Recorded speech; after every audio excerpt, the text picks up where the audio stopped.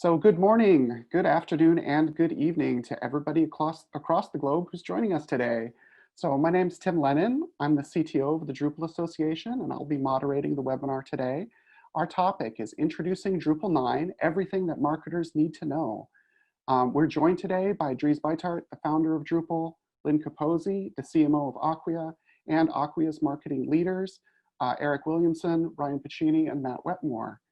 So a couple housekeeping items before we get started. If you have any audio issues, please use the Q&A tab to put in a request, and the team in the background here will assist you with that. And as I said before the webinar began, please feel free to use the Q&A feature in the Zoom toolbar to submit any questions, and we'll do our best to answer them at the end of the presentation. So please understand that we have quite a few questions for these sorts of webinars. We usually don't get through all of them, so we'll do our best to group similar questions together and try and get the main ideas heard. I do see that my audio is perhaps sounding a little bit low, so I'll try and see if we can boost that a little bit. When this presentation is complete, the slides and the recording are going to be posted to acquia.com and also sent to everybody via email within the next few days. So with that said, let's get started. So I mentioned our speakers before. Again, I'm the moderator. We'll have Dries and Lynne walking us through a presentation about Drupal 9. And then joining for the panel portion, Eric, Ryan, and Matt will help address all your questions about Drupal in a marketing context. Our agenda today is Dries will talk about what Drupal is, what its space is within the marketing world. Lynne will talk to us about the current trends in the market that impact a CMO. Dries will then talk specifically about some of the tools and features of Drupal 9 that will help marketers. And then we'll move into the Q&A portion. With that, I want to hand it over to Dries to get us started. Awesome. Well, thank you, Tim, and welcome everybody. I am Dries. As Tim mentioned, I started the Drupal project and have been working on Drupal for about 20 years, which is a long time by every measure.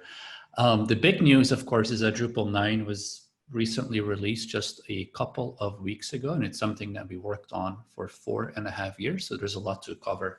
If you're new to Drupal and if you're wondering what Drupal is, if you go to the next slide, and then the slide after. Drupal is essentially software, open source software that is used by individuals and organizations to build digital experiences. And those come in a lot of shapes. That could be marketing websites, that could be blogs, that could be e-commerce websites. You see some other options here on the screen, but it's essentially an open source platform, very flexible, that can be used for many different kinds of websites.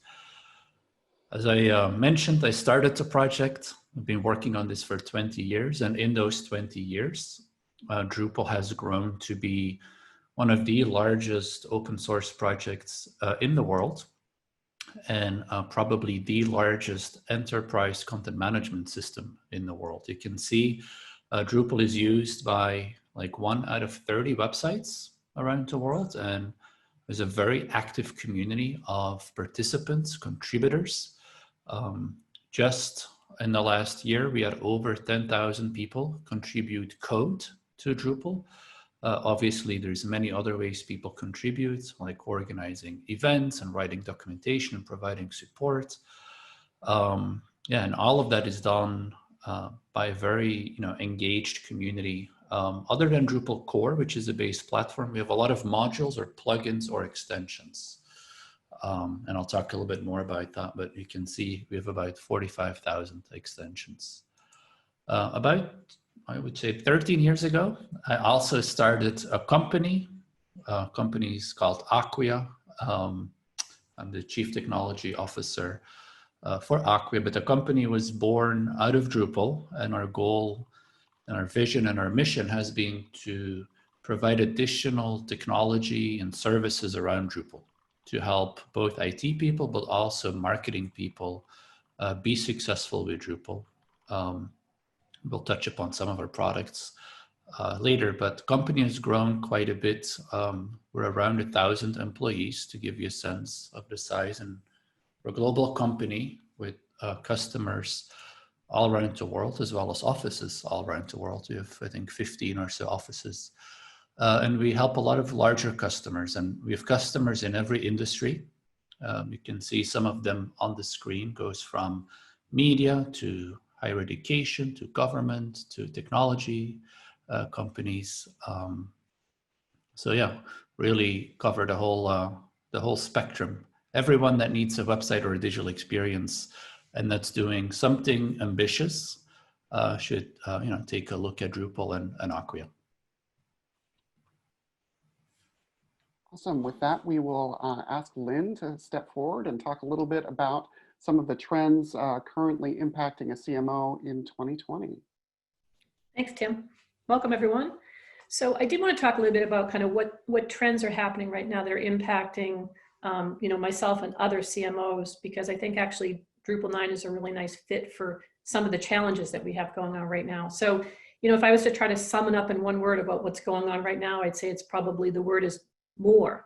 So we're all dealing with, as marketers, we're dealing with more channels. We need to generate more leads. We need more awareness. We need to do more brand building.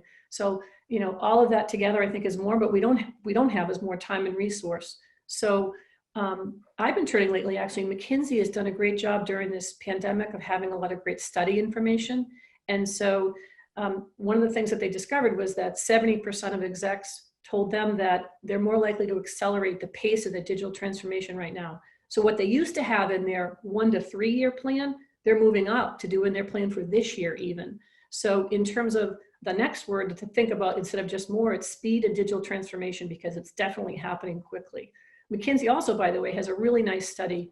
If you're looking to try to fuel your customer experience and why do you need to spend more time and effort and maybe even budget around building out your customer experience, they have a great study that talks about from the 2007-2009 financial crisis that happened, those brands and organizations that focused on building their customer experience paid off for them financially in those organizations.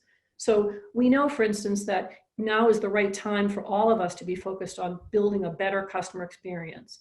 And we know that based on trends that brand loyalty, awareness, and the whole customer experience right now are more important than ever.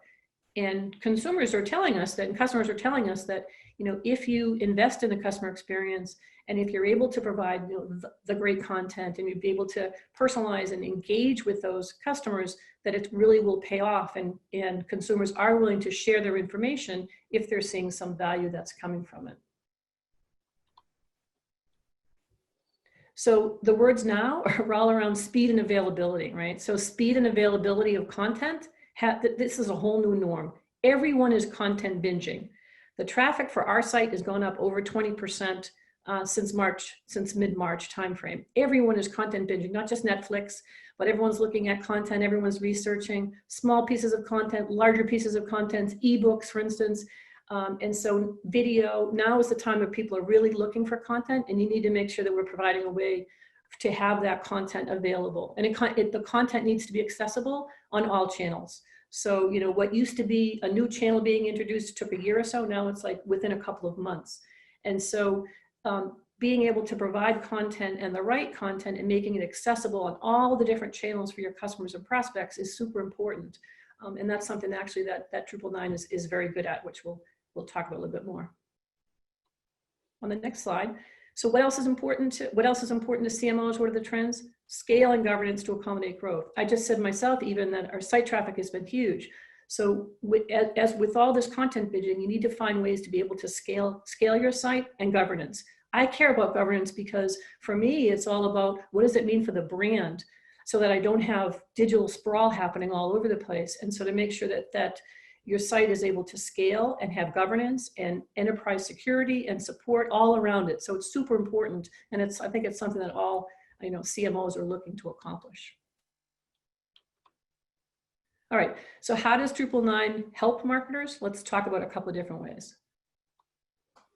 So historically, as a CMO, I've done this many times, is to have to choose for a CMS. And historically, you've kind of had the choice of, I put them in 3 different categories. You can choose between an expensive one. They tend to be the proprietary ones. It could be an Adobe, for instance, or a Sitecore solution, traditional CMS tools. So, you know, expensive in that category. Obviously, there's benefits, pros and cons of all of these. In the limited category, it's more like a consumer site building tool. So it's a lower end, quick way to build a site, but doesn't have governance, doesn't have security, doesn't scale. We really worry about if I start a site like that on a smaller type of a consumer product, how do I grow it? And how does it meet my brand requirements? The third category area is if you want to do it yourself. So basic hosting and custom development, something that you would do yourself.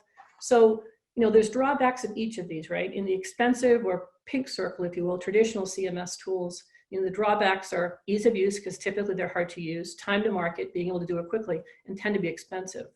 On the consumer type site building tools, the drawbacks are you don't have the enterprise type of functionality, it's not scalable, and you don't have the governance, which I think is critical and required. On the custom side, you have the drawbacks would be, you know, you get a lot of kind of good knowledge within the team, but it's costly, it's hard to implement, it may take a long time to do updates. So, you know, time to market, I think, is really critical there. So now we have a great choice with Drupal 9. And I know that the Drupal community spent a lot of time thinking about how do we make Drupal a better product for marketers. And I see it in terms of what's coming out in the product. So that's why I'm really excited about Drupal 9, because it has great benefits across the board for me as a marketer and as a CMO. So it has the enterprise functionality I just talked about, security, scalability, the governance that I need. The benefits for me, ease of use, because the easier the product is to use, the more I can have people spend time doing marketing, other things, and building other content. So ease of use, time to market, super important, and obviously cost efficient. And of course, the benefits always of Drupal, you get exactly what you want, super customizable, very connected. So for me, I'm thinking about it, it's kind of the best of all three of these types of CMS type products. And I'm really excited about what Drupal 9 provides for marketers. So why don't we go into a little bit more detail and look at some specifics. Awesome. Go to the next slide. So here's just some high level, you know, details about what's so great about Drupal in general and Drupal 9 specifically. But like, as I mentioned, Drupal is 20 or so years old. And what that means is like we've done a lot of iterating and refining. And a good example of that is the SEO features, where we are constantly tweaking sort of the generated HTML to make sure that you rank high in search engines. Multilingual is a key benefit. I'm from Belgium, which we have 3 official languages in Belgium. And so Drupal in many ways was born multilingual and is a leader in multilingual websites. You know, and as I mentioned earlier in the presentation, we're a very large community, global community with websites in many different countries. And I believe the Drupal UI is actually translated in over 100 languages as well. So just a good anecdote for the multilingual capabilities. I mentioned all the modules we have, the 45,000 modules or plugins or extensions, and that's really valuable for marketing because it allows you to experiment really quickly. Like a lot of these modules are integrations with different marketing technologies, social media technologies, you name it, and we can download them, you can install them and sort of assemble a website. You know, using these modules, it allows you to very quickly try new things, experiment with the latest and the greatest technologies. And then, of course, as Lynne mentioned, because Drupal is open source, you can make changes to it. And so if there's something that you want to do that you can't do with an existing module, you can obviously, you know, build your own module, which is great too. All right, so let's talk a little bit more about some of these specifics. If you go to the next slide, we'll talk a little bit about ease of use first, but the last few years, we've spent a lot of time and effort improving the authoring experience and making that a lot easier. And it's kind of hard to tell from a screenshot, to be quite honest, but everything is WYSIWYG. And so you can drag and drop, and you don't have to know HTML to create pages or to, you know, enter content into Drupal, and we'll try to kind of visualize that here. We also have a brand new layout builder. So this allows you to do things like create landing pages, but also template content types, like maybe recipes like you see here. And there's some layouts that you can choose from that come sort of out of the box with Drupal. You see that here on the screen. And then you can drag in different page elements, like an image or things like that, into the different layout sections. And then if you want to make a completely unique layout or custom layout, you can do that too. So you're not limited to the layouts that we ship with. So pretty powerful tool. We also have a completely new media management solution. It's basically what we call the media library, what you see here, which is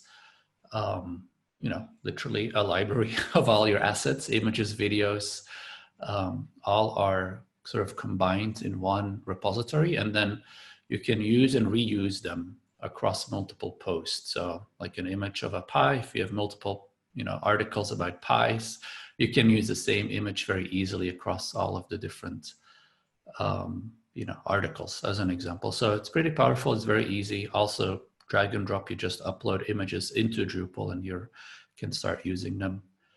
Here's a quick example of a multilingual Drupal site. I'm actually not sure what language that is. It looks Spanish, yeah. That's a fairly easy language, of course, to translate, though we do much more complex languages. We can do left to right, but also right to left, as an example. So a much more drastic change to the page. And we do a lot of things around multilingual. We have tools to, sort of manage a translation workflow and have approval steps along the way. But we also have integrations, for example, with translation memories, they're called. So think of those as databases with pre-translated words and sentences and even paragraphs.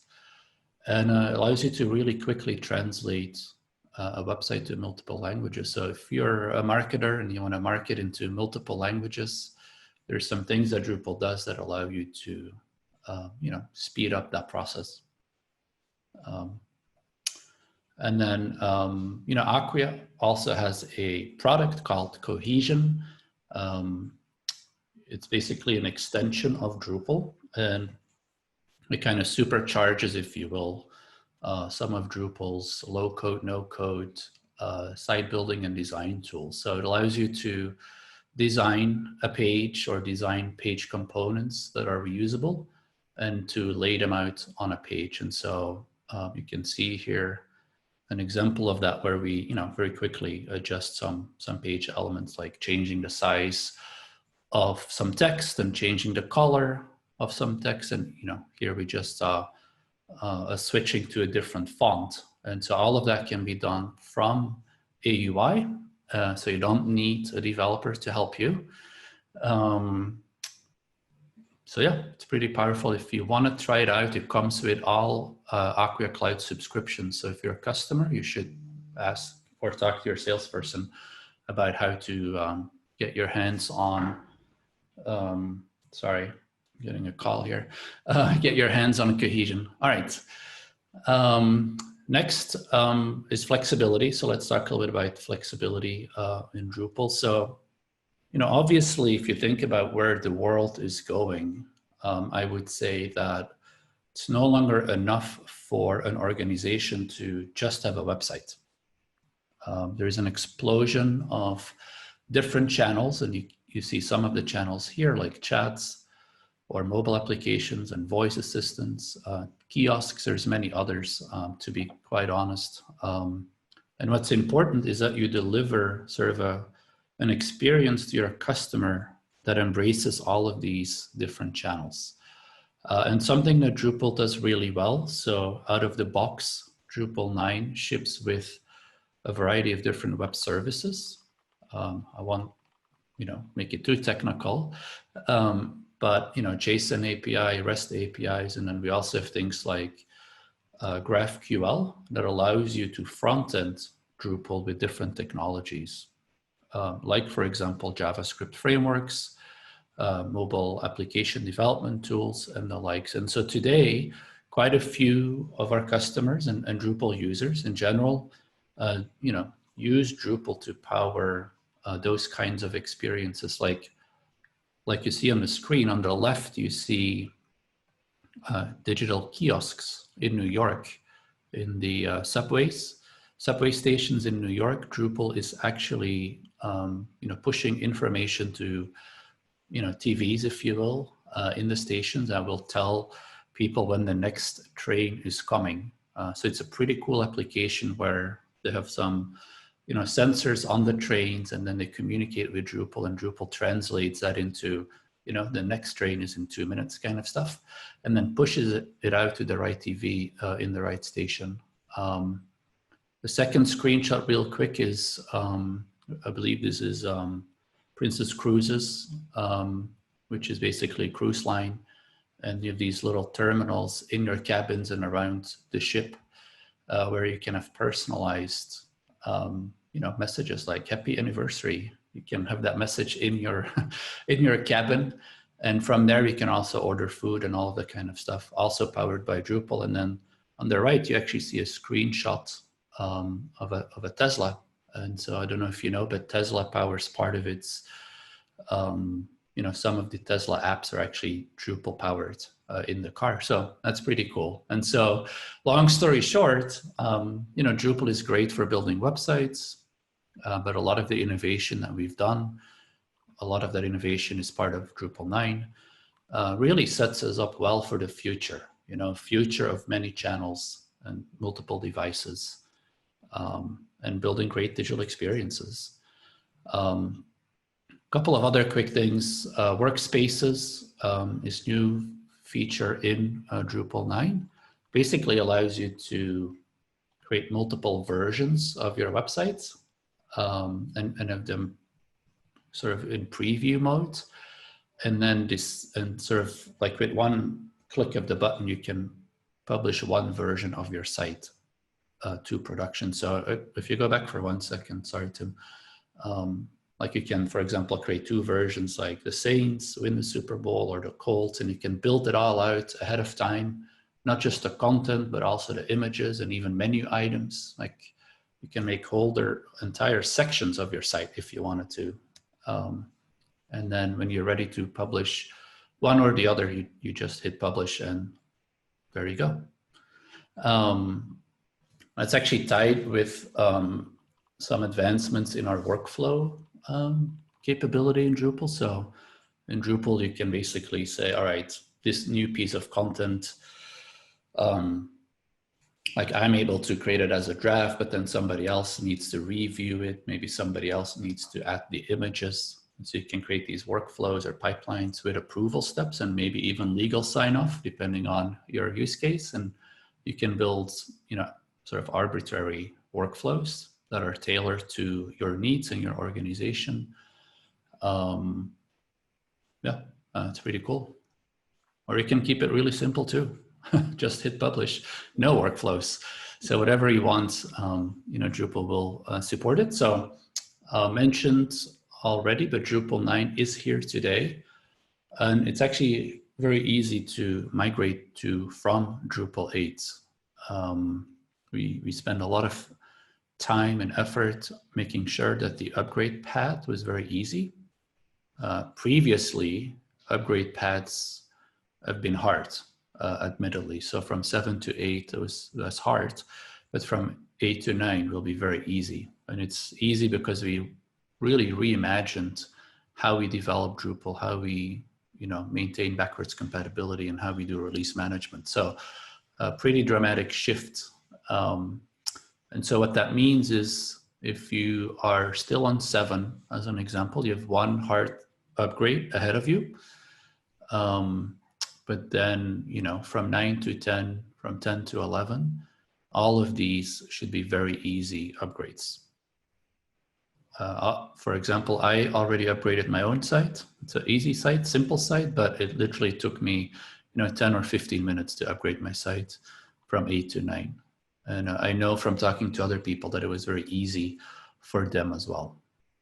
Yeah, anecdotally, on the launch day of Drupal 9, we had a huge amount of folks in the community from around the world who were not only celebrating the release, as we've done in years past for new versions of Drupal, but were doing their updates on the day the release came out because things were already ready to go. It was really powerful to see.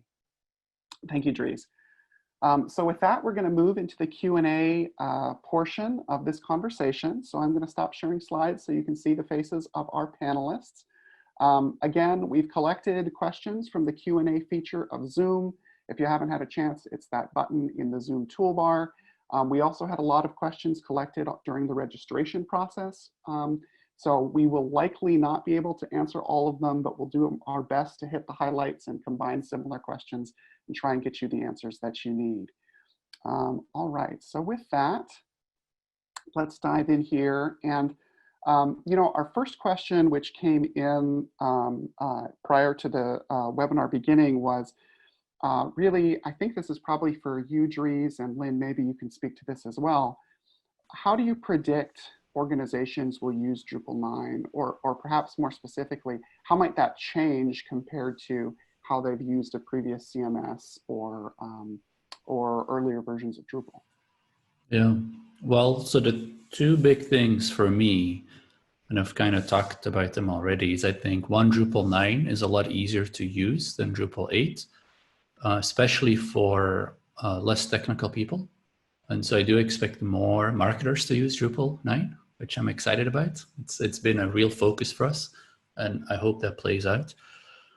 And the second prediction, I guess, of how organizations will use Drupal 9 is leveraging the headless capabilities.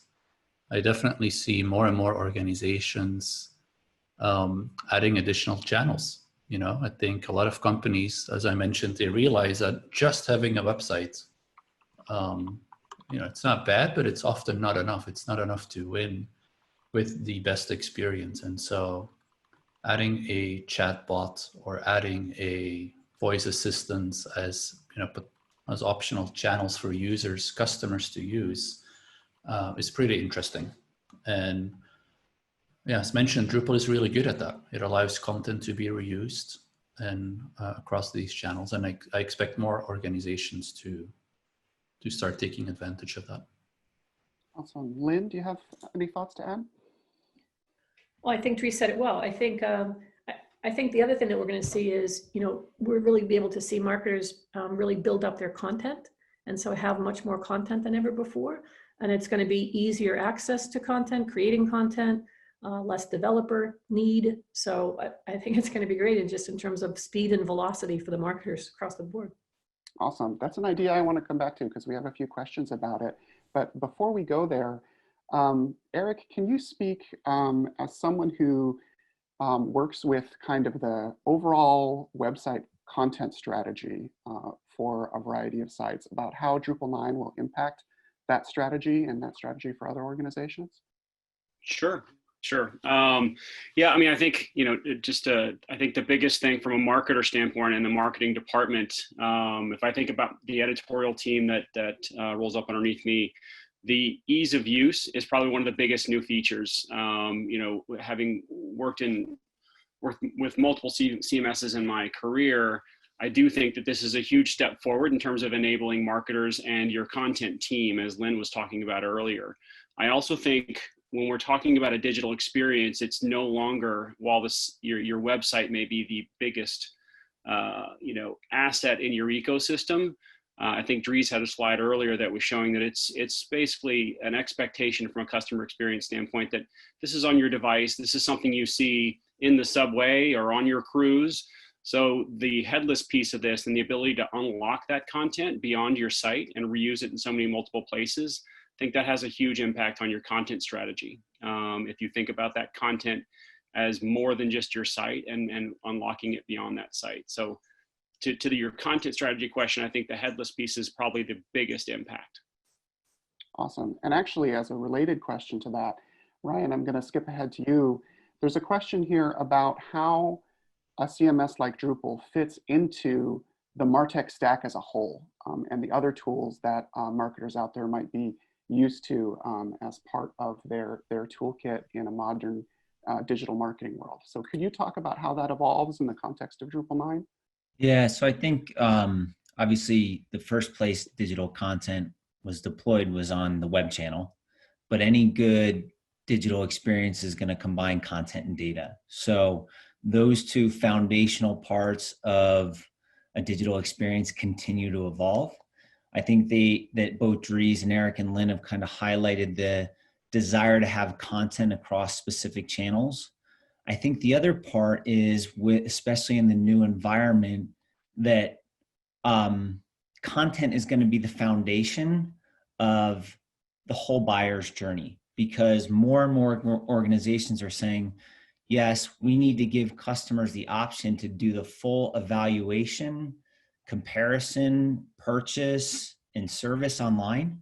And organizations need to have the content that's going to live at each stage in that buying cycle.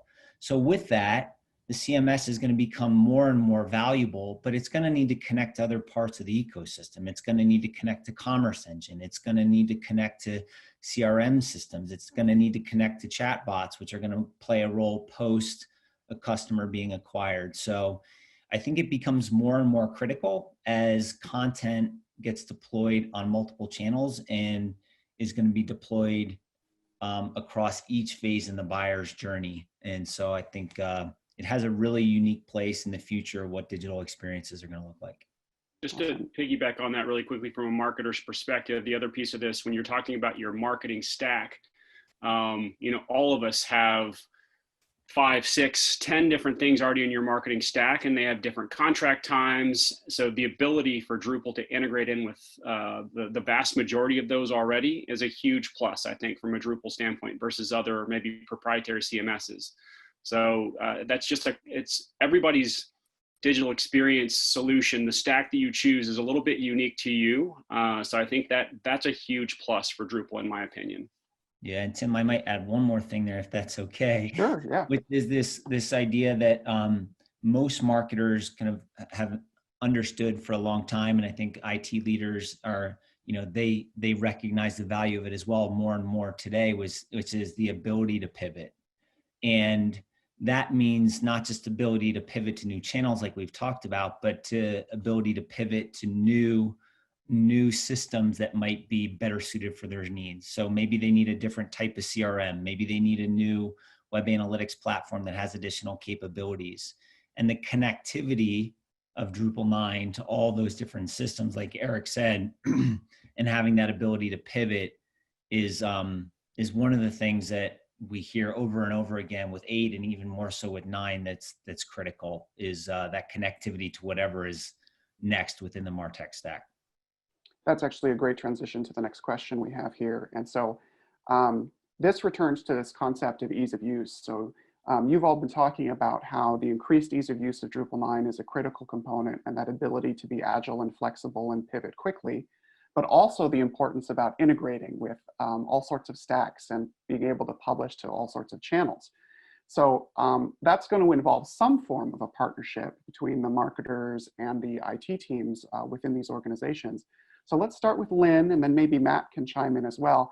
So how would you as a CMO, or how would a director of product or marketing talk to your engineering and IT departments about evaluating Drupal in the context of these capabilities that you're saying are the important kind of next generation? Well, I think ease of use is always going to be important, because as we're talking to IT or as we're talking to the developers, the more we can put the control in the hands of the marketer, the better, because then we stay closer to it. We can update our content quicker. So I think the sell to IT is ease of use impacts everyone, and it would be less developer need, less developer use, and more marketer type use. So I think it's putting more in the hands of the marketer. I don't know what Matt thinks about that. Yeah, and I think from a technical standpoint, like our developers would be rather spending a lot of our time on kind of those more complex tasks. So really integrating Drupal with other systems, integrating the site, just spending a lot more time on high value add activities instead of having to help adding content or modifying the site or doing some other activities, which can, yeah, be kind of repetitive at times. So anything we can do to keep our people productive in other ways is good. Awesome. So a follow-up question for you, Matt, and then I'm gonna jump from some of our pre-registration questions to our live Q&A. And thank you for your patience again, everyone. We do have tons of questions, so we're gonna do our best here. But Matt, the question for you is, what's going on with all those integrations that either maybe custom ones that you've built or all the community provided ones? What's happening to all of those as part of the Drupal 9 launch? And can you speak to that a little bit? Yeah, sure. So the community's been doing a great job at making sure all the modules are updated and ready for Drupal 9. I think I looked at some of the stats yesterday, and I think like 98% of the top 100 modules are ready. And then the 85% of the top 200 are ready. So everything's kind of been upgraded and good to go. A lot of modules are back supporting some 8.9 and some Drupal 9. So they kind of fit into both ways. If you go to dev.acquia, we have a deprecation status page, which kind of gives you a good status of where modules are at and what can be upgraded. But yeah, the biggest piece of that is if you do have any custom stuff that's built, it does make it a little bit longer to get upgraded. We're doing some of this evaluation now for like Acquia.com, but it's definitely doable. Yeah, and there's some tools I would add to that the community has built even to support custom module migrations, things that can automatically help upgrade custom modules that use things that were deprecated in Drupal 8. So we won't dive into the deep technical details, but I think it's an important factor to know, both for your IT teams, if you're on this call to support a marketing organization, or if you're in a marketing organization going to talk to your IT teams, that a lot of the module ecosystem is ready and that there are tools even for your custom work to get it ready for Drupal 9. Let's see. So Eric, let me jump back to a question for you, and then maybe this will also have some follow-up on the engineering side of things, but can you talk about how working with Drupal actually saves time, how it allows you to focus maybe on more innovative projects and streamline the day-to-day, create kind of economy of effort for your teams?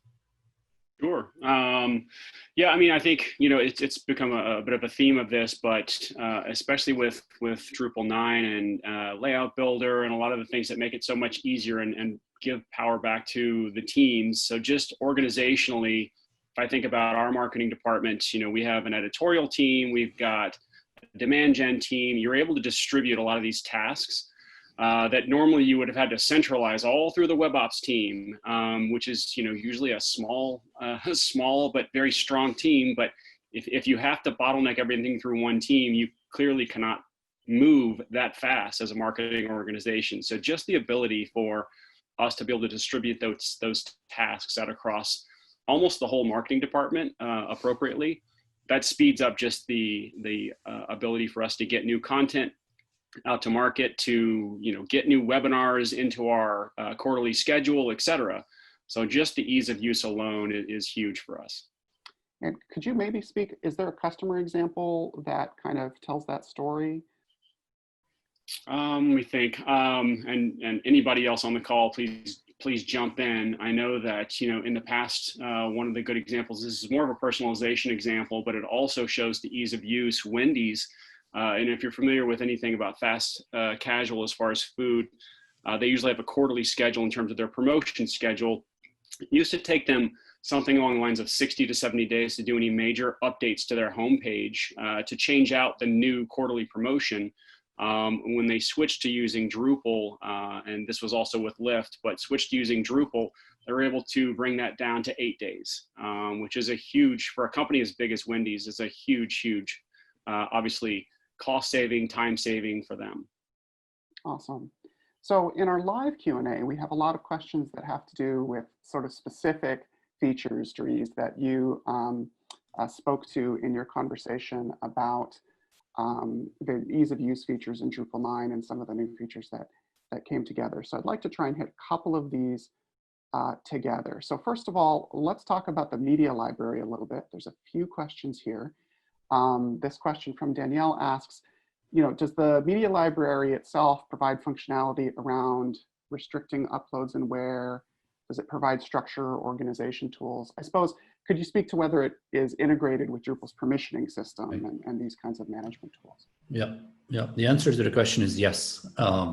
So basically, when you enable the media module, it will sort of add a number of permissions that you can configure. And the way that the permission system works is that you can define different roles and then assign permissions to the role and assign roles to users. So what I mean by that is that you could say, you could create a role, content creators or photographers or, any kind of role. And then you can specify in Drupal, and this is out of the box, what that role can do. So there will be a checkbox, and I don't know the exact language, but it's probably going to be something like upload images to the media library. And you can either enable or disable that. And that way you can control who has access to the media library. It's probably going to be a number of permissions, adding, deleting, updating, all of these things can be configured as it relates to the media library. Awesome. I'm going to try and go through a few more of these feature-related questions, Dries, if you don't mind. So another one is just more about the languages, the multilingual capabilities of Drupal, which have always been one of its strong suits. Could you just speak a little bit more to the nuts and bolts of how it works if you're a user who's trying to maybe build out a multilingual section on your site? Yeah, well, there's whole books written on multilingual and presentations you can watch online that are long, but there's sort of two pieces to it. One is the UI of Drupal itself, and basically, let's say you're a Spanish organization and you want your editors to have a Spanish authoring experience. You basically load one of the language or translation packs, if you will, into Drupal, and it will translate all of the UI elements like explanations and buttons, all these things. Second piece is how do you make multilingual content itself, right? And so when you define content types in Drupal, like an example could be a press release or something, or a product, you can actually specify for each of the fields or parts of your content type, whether it's translatable. So some things maybe aren't translatable. Maybe an image is not translatable, or maybe it is translatable if there's text in the image. But you can specify all of that at the field level. And then there is a UI where you can add multiple translations, and you can control who can translate what and what language. And then separately, there's some capability to do what we call language negotiation, because Drupal needs to decide what translation to show to what user. And there's different options for that as well. You can do it based on, the user making an explicit choice, clicking a button or selecting a checkbox. But you could also do much more advanced language negotiation systems. You could, if you wanted to, based on IP address or a browser setting, or other stuff. So that's really high level, obviously, but hopefully gives you a flavor of what's possible. We have really good presentations about the multilingual system. You can easily find them online if you want to spend some more time on them.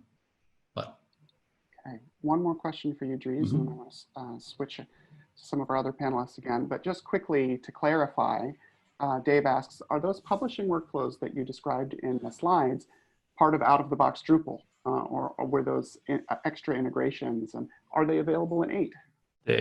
So they're out of the box in Drupal 9, and they were in some versions of Drupal 8.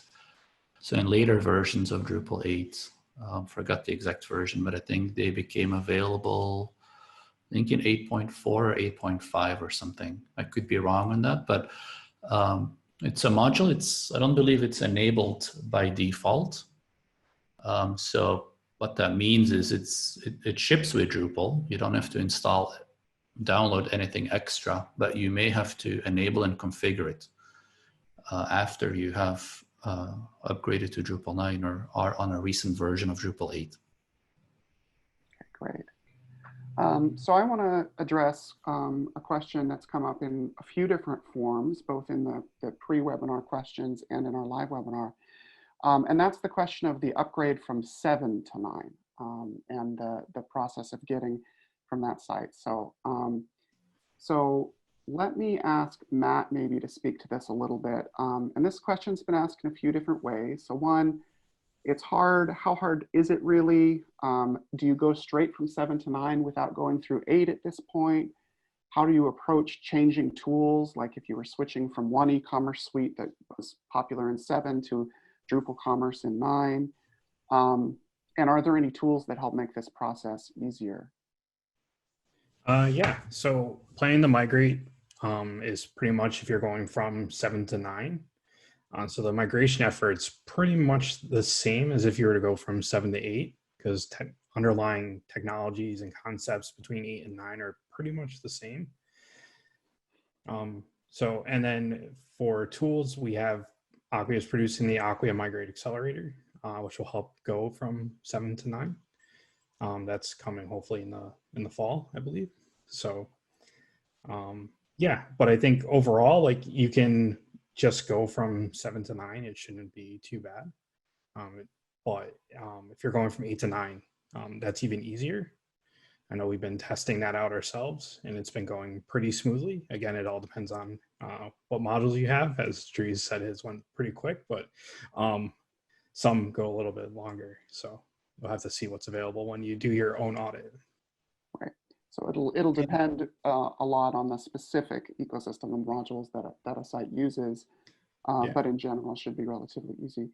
Would someone talk about this Acquia migration tool a little bit? I don't know if everyone would have the details about what might be coming there. I don't know if Ryan or... Yeah. I can give a quick summary if that's helpful for the migration tool, yeah. So yeah, it's basically a tool that will help you accelerate your migration from Drupal 7 to Drupal 9. And there's a couple of pieces to this, right? So you have to migrate your content or your data. And that's really what the tool is all about. It will do a mapping of 7 to 9. But actually cohesion is also a part of it, because you also, if you go from 7 to 9 or 7 to 8, you have to implement your theme or your look and feel again because of the many API changes to the theme system. And cohesion can really help accelerate that part as well. So we're bundling a lot of these things together in a package that is optimized to, reduce the cost and effort to migrate from 7 to 9. And it's currently in alpha/beta. We're testing it internally. And as Matt mentioned, our goal is to have it available for Acquia customers in the fall. Awesome. Thank you, Dries.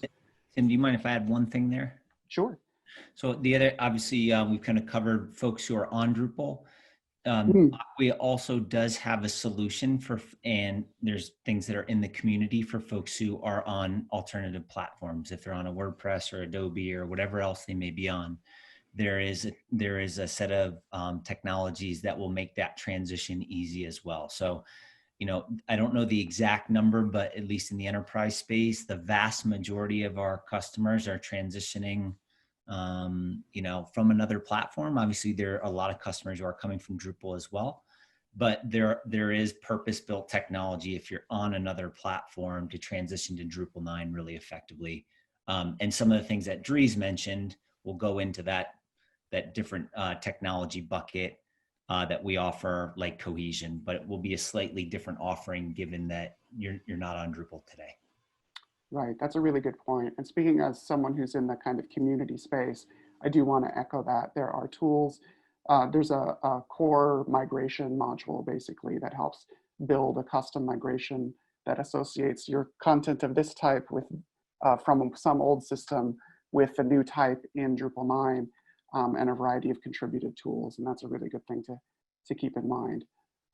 Eric, I'd like to switch to you again for a little bit. There's a couple questions here about marketing automation and some specific tools and personalization. So if you could speak first, I'll ask this question first and then do a follow-up. So could you just speak in general first about marketing automation in Drupal and personalization in Drupal?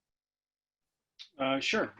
So I think, and it really depends on where your organization is in your own digital transformation or how sort of large and robust your marketing strategy is. But my guess would be that the bulk of the audience already is doing some form of marketing automation. So, if you're a smaller company, you're using Constant Contact or some smaller marketing automation platform. If you're a large company, you're using Marketo or something. So I think what we talked about earlier is probably the biggest plus for Drupal would be that it integrates with the vast majority of existing technologies out there. So if you were to Ryan's just previous point, switch from some other CMS platform to Drupal, you can be rest assured that it's going to integrate with the marketing automation platform you have.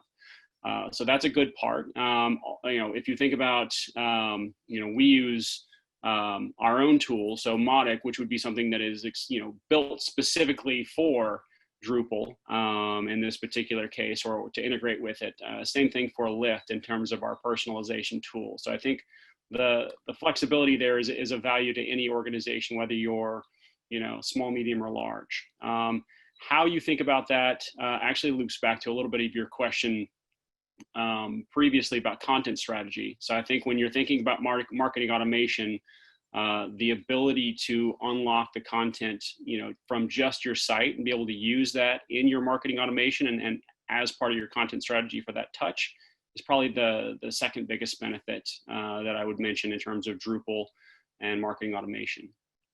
Gotcha. And the specific follow-up question was in fact about Mautic and Lift. Do Mautic and Lift, are their capabilities integrated with some of the newer capabilities coming online in Drupal, like the layout builder and workspaces stuff? Do they play together well? I believe so. I'll defer a little bit to Ryan on this from the product organization, but my understanding is that yes, they do. Yeah, and answer that question a bit more broadly, Tim. So Lift, Mautic, Acquia Cloud, kind of our full suite of products are Drupal 9 ready today. Yes. Okay, great. Let's see here. There's a number of other questions and we don't have too much time left. I'm going to try and see if we can focus on a few of the important ones. One of these questions is about the media functionality in general. This might be something that Ryan, again, you could answer, possibly Matt. So when it comes to digital asset management, what's the role of Drupal's now built-in media library feature that just ships with Drupal core versus extended digital asset management tools like whatever asset management is available through Acquia or other integrations that people might do? I can take a first crack at it if you'd like. Sure. So the way I think about the difference is, Drupal's media library is kind of like a very lightweight digital asset management versus, you have dedicated DAMs and they're built just to do that. And they have a lot of depth in functionality that's not available in Drupal's. There's many examples, but for example, just to give two quick ones at the top of my head, one is they can specialize in managing very large video assets, as an example, with very complex video-specific workflows, versioning, these kinds of things. But another common use case is digital rights management, as an example. So we can do things like we're buying an image from somewhere, and we have a license to use it for 2 months.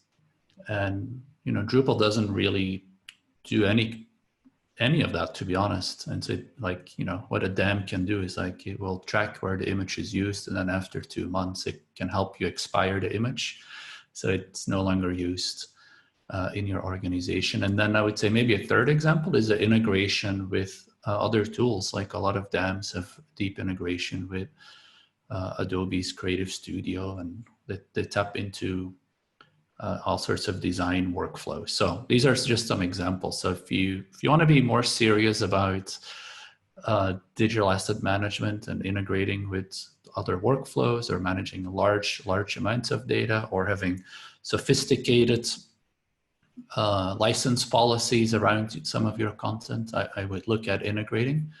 And the great news is that these tools integrate well with Drupal. Like Drupal has the right APIs, if you will, so that it can integrate, and some of these images can actually end up in the media library in Drupal, but they're in the back, under the hood, if you will, they're managed in a DAM. So awesome. I'm going to try and answer one or maybe two questions, and then we'll have to go to a conclusion. I know there are still many unanswered questions, so we'll work with the webinar team here who helped put this together to see if perhaps we could provide a follow-up FAQ or something that could answer some of these remaining questions. So thank you everyone for your patience. But for a couple quick final questions, I'll do one that's feature specific, and then two more that I think probably on everyone's minds. So the feature specific one is, just what's the difference between Cohesion versus Layout Builder from kind of a practical perspective? And if there's an overlap, is one of them like redundant and phased out in phase of the other, or do they build on top of each other? And I suppose, Dries, that may be a question for you again. Sure, yeah. So the short, there's a couple of questions, but the short version is that Cohesion does a lot more, right? So the Layout Builder is really about creating layouts and putting blocks, existing content in those layouts.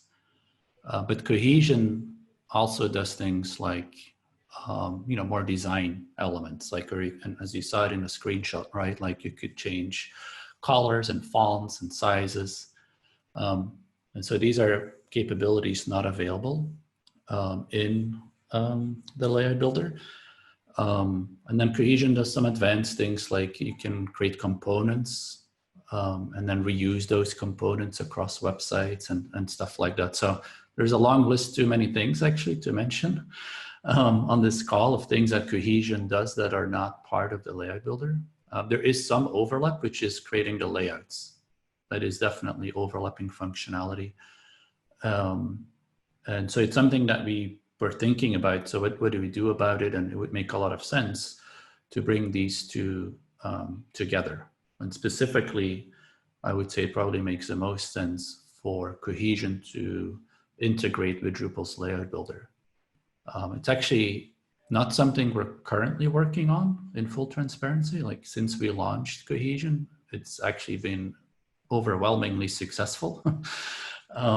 It's been adopted very rapidly, and our teams have been very busy, to be quite honest, just keeping up with scaling Cohesion and adding features that our customers are asking for. And so we would like to get to that integration at some point, but unfortunately we've not, well, fortunately and unfortunately, we've not been able to prioritize that work just yet. Thank you, Dries. Okay, I'm going to do these last two, and then we'll wrap up here. We may go a minute or two over, so I beg your patience. But firstly, the question, and I think I'll answer this myself. What's the current end of life date for Drupal 7? So on Drupal.org, you could find some information about this. Drupal 7's official end of life date for community-driven support from the open source community is November of 2021. However, extended support is going to be available from a number of different vendors, including Acquia, so that you could continue through 2024 if you needed the extra time.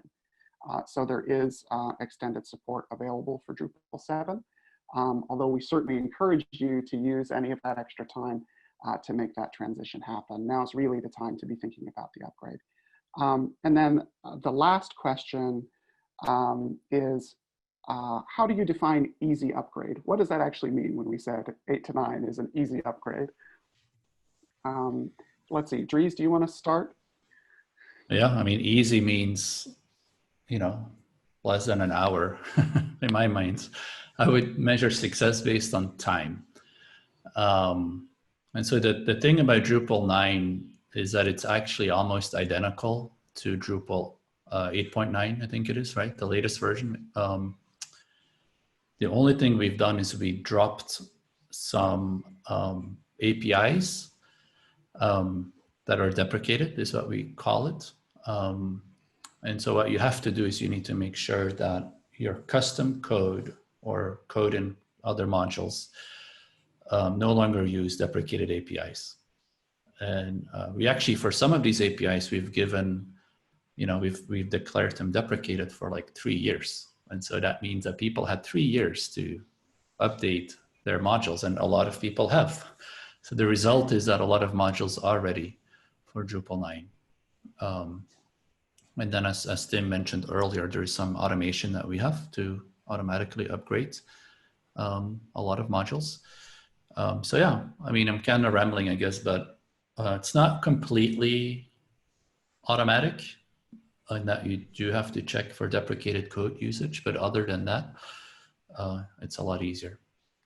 I would say if you could think about it this way, if you're a user on Drupal 8 and you ever did an upgrade from, say, like 8.4 to 8.5 because you wanted a new feature that came out in 8.5, that process of going from 8.4 to 8.5 is almost identical to the process of going from 8.9 to 9.0. It's not significantly harder than just the regular feature releases, which is really quite amazing. And I think you'll find more resources on Drupal.org. Unfortunately, we are out of time, and in fact, a little bit over time, so I'm going to have to wrap us up. I just want to say thank you, Dries, Lynne, Matt, Ryan, and Eric, for just a great presentation and a great panel discussion. I want to thank all of our attendees for joining us on this webinar today. As we said in the chat and at the beginning, slides in the recording will be posted to acquia.com and sent via email within the next few days. And in that email, there'll be links to related resources about some of these tools that we've talked about and about some of the questions that maybe you've had. So hopefully you'll find answers to some of those things there. If you have more questions, you can send them to marketing@theacquiateam.com. And then finally, if you're interested in learning more about Drupal 9 in detail and engaging with the Drupal community, please consider joining us at DrupalCon Global, a virtual DrupalCon event that will be July 14th to 17th. And you can find information on events.drupal.org about that event. So thanks again, everyone, and I hope everyone has a great day.